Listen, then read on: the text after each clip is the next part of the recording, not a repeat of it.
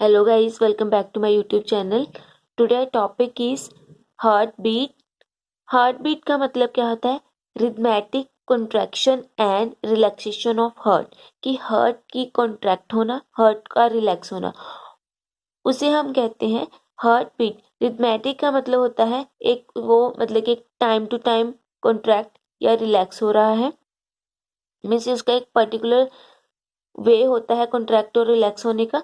अब जब कॉन्ट्रैक्शन होती है हार्ट की उसे हम कहते हैं सिस्टोल, जब रिलैक्सेशन होगी उसे हम कहेंगे डायस्टोल।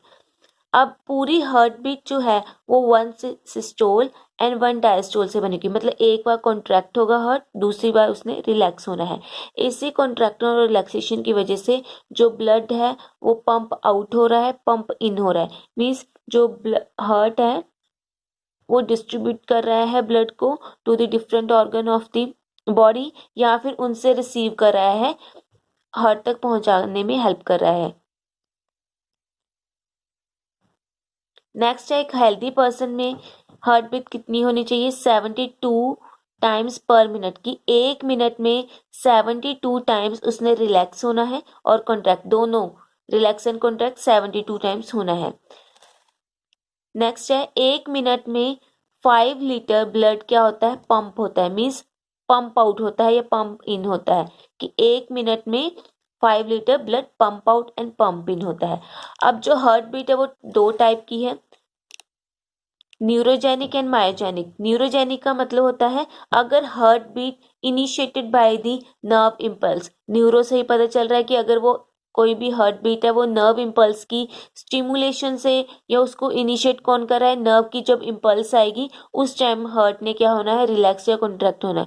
उस टाइप को हम हार्ट बीट को हम क्या कहते हैं? न्यूरोजेनिक। अब जो न्यूरोजेनिक हार्ट बीट है वो कहाँ पाई जाती है? एनालिडा एंड आर्थ्रोपोडा, इन दोनों में ही न्यूरोजेनिक हार्ट बीट है, क्योंकि इससे जो पहले वाले हैं उनमें तो कोई इतना वेल डेवलप नर्वस सिस्टम नहीं होता है, या हम कह सकते हैं नर्व इम्पल्स नहीं होती है, तो इसमें आर्थ्रोपोडा एंड एनालिडा में न्यूरोजेनिक है।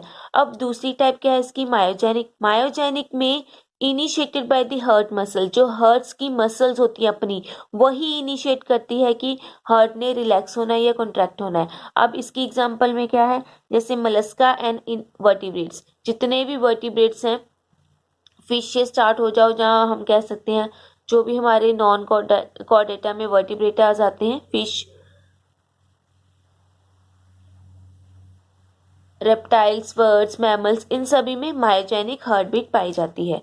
तो मेन आपने ये याद रखना है कि जो ह्यूमन की हार्ट बीट है या मैमल्स की, वो मायोजेनिक इन ओरिजिन है।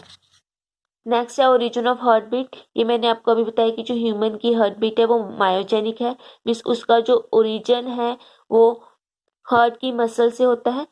हार्ट की मसल्स में भी आगे ये ऐसे नोड प्रेजेंट होते हैं जो हम कहते हैं साइनो आर्टरियल नोड।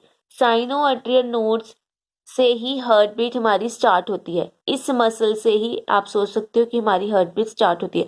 अब जो साइनो आर्टरियल नोड है वो कहाँ पाई जाती है? वो राइट आर्टरियम में पाई जाती है। इसके हम पेस मेकर भी कहते हैं। ये मैंने आपको बता दिया, ये this is a neuromuscular tissue, कि ये एक मसल्स ही होती हैं जिसे हम कहते हैं साइनो आर्टरियल नोड या टिश्यू, जिससे हमारी हार्ट बीट ने स्टार्ट होना है। नेक्स्ट है if the SA node damage, कि अगर एसए नोड डैमेज हो जाए तो उसे हम रेमेडी मतलब कि दोबारा से ठीक भी कर सकते हैं। कैसे?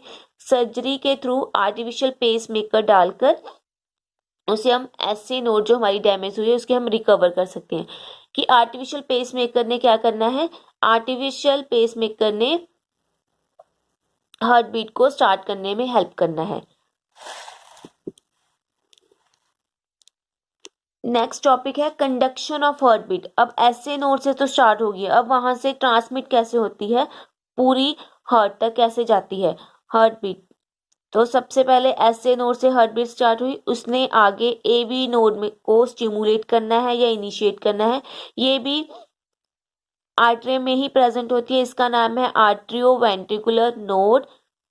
आर्ट्रियो वेंट्रिकुलर नोड ने आगे जाकर ओरिजिनेट करना है बंडल ऑफ हिस।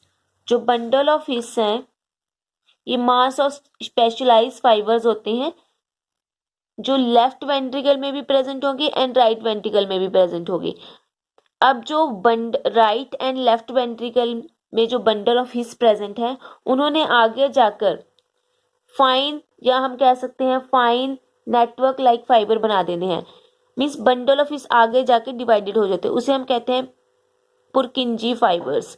कि बंडल ऑफ हिस ने जो लेफ्ट एंड राइट वेंट्रिकल में प्रेजेंट है, उन्होंने आगे फर्दर डिवाइड हो जाना है, जिन्हें हम कहेंगे पुरकिंजी fibres, the network of fine fibres. अब पूरी हार्ट बीट जो है वो पूरे हार्ट तक फैल गई है इन पुरकिंजी फाइबर्स के थ्रू। अब जो ये पुरकिंजी फाइबर्स है, इन्होंने आगे स्टिमुलेट करना है मायोकार्डियम ऑफ द वेंट्रिकल्स। जो मायोकार्डियम है वेंट्रिकल्स का, उन्हें स्टिमुलेट करना है। तो ये पूरा का पूरा हमारा हार्ट क्या है, इसमें हार्ट बीट पहुंच गई है। तो आप इस डायग्राम में जैसे देख सकते हो, diagram of a conducting system of a human heart, की ऐसे नोड से हमारी जो है ह्यूमन बीट है जो वो स्टार्ट हुई है। कि देखो आप, ये कहाँ पे प्रेजेंट है, राइट एट्रियम में प्रेजेंट है, यहाँ से ये हार्ट बीट स्टार्ट हुई है।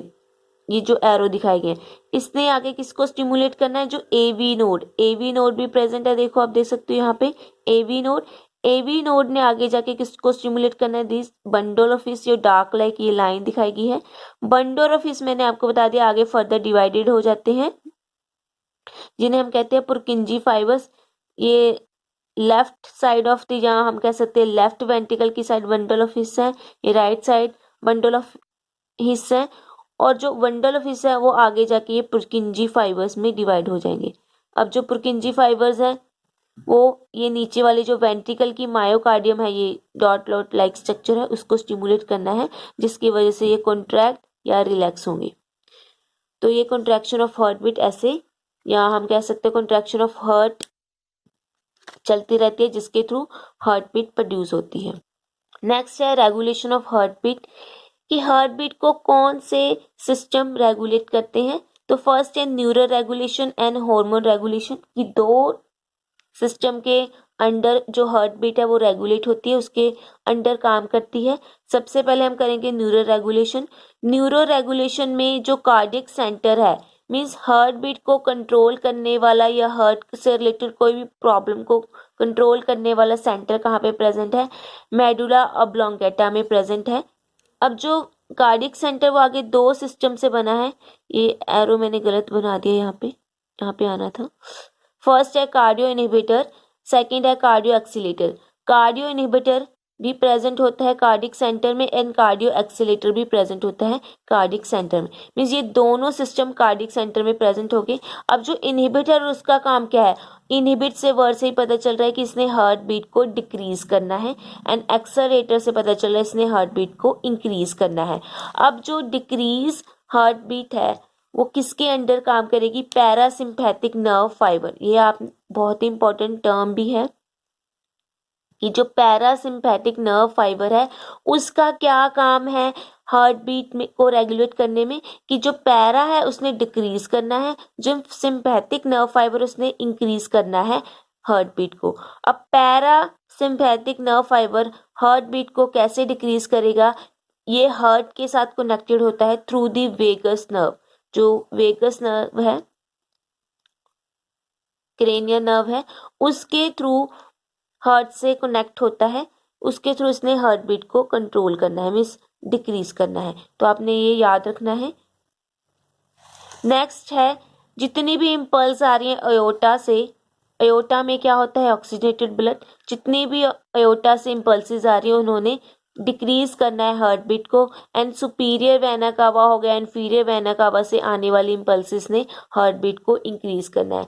तो आपने ये याद रखना है कि इंक्रीज एंड डिक्रीज कौन सा सिस्टम या कौन सी आर्टरी या कौन सी वीन्स या कौन सा फाइबर कर रहा है। तो आप अब तो आप जैसे इस डायग्राम में देख सकते हो, this one is the medulla oblongata जो कार्डिक सेंटर है। तो सबसे पहले मैंने आपको बताया जो वेगस नर्व है, मीन्स पैरासिम्पैथिक नर्व है, वो इनहिबिट कर रही है, यहाँ पे लिखा है ना इनहिबिट कर रही है। उसके बाद जो सिंपैथिक नर्व है वो एक्सेलरेट कर रही है। दोनों का आपको डिफरेंस पता चल गया कि पैरासिम्पैथिक नर्व में या नर्व फाइबर में जो वेगस नर्व है वो इनहिबिट करेगी, जो सिंपैथिक नर्व में है वो एक्सेलरेट करेगी हार्ट बीट को। उसके बाद मैंने आपको जितनी भी इम्पल्सेस निकलनी है फ्रॉम दी अयोटा, अयोटा कहाँ पे प्रेजेंट है, ये वाला अयोटा, ये वाला पोर्शन है जो ऑक्सीजनेटेड ब्लड को लेके जाता है। जितने भी इम्पल्सेस निकलेंगी अयोटा से, अब की डिफरेंट टाइप की आर्टरीज निकलती है, लाइक लेफ्ट कॉमन, ये मैंने आपको एक्सटर्नल जब हमने ह्यूमन हार्ट का स्ट्रक्चर किया था उसमें बता दिया था। बस आपने याद रखिए जितनी भी आर्टरीज अयोटा से निकलेंगी वो क्या करेंगी, डिक्रीज करेंगी ह्यूमन हार्ट बीट को। और उसके बाद मैंने बताया कि जितनी भी सुपीरियर या इंफीरियर वेने कावा से निकलने वाली इम्पल्सिस है वो हार्ट बीट को इंक्रीज करेंगी। ये मेनली आपने डिफरेंस में याद रखना है कि अयोटा डिक्रीज करेगा एंड वेने कावा इंक्रीज करेगा। नेक्स्ट है हार्मोनल रेगुलेशन। हार्मोनल रेगुलेशन में एड्रीनल ग्लैंड का जो मेडुला पार्ट होता है, कि medulla of adrenal gland 2 hormone को सिक्रीट करता था। ये भी मैंने आपको जब हार्मोन का चैप्टर पढ़ाया था उसमें बताया था कि 2 कौन से हार्मोन्स है, एड्रीनल एंड नॉन एड्रेनालाइन।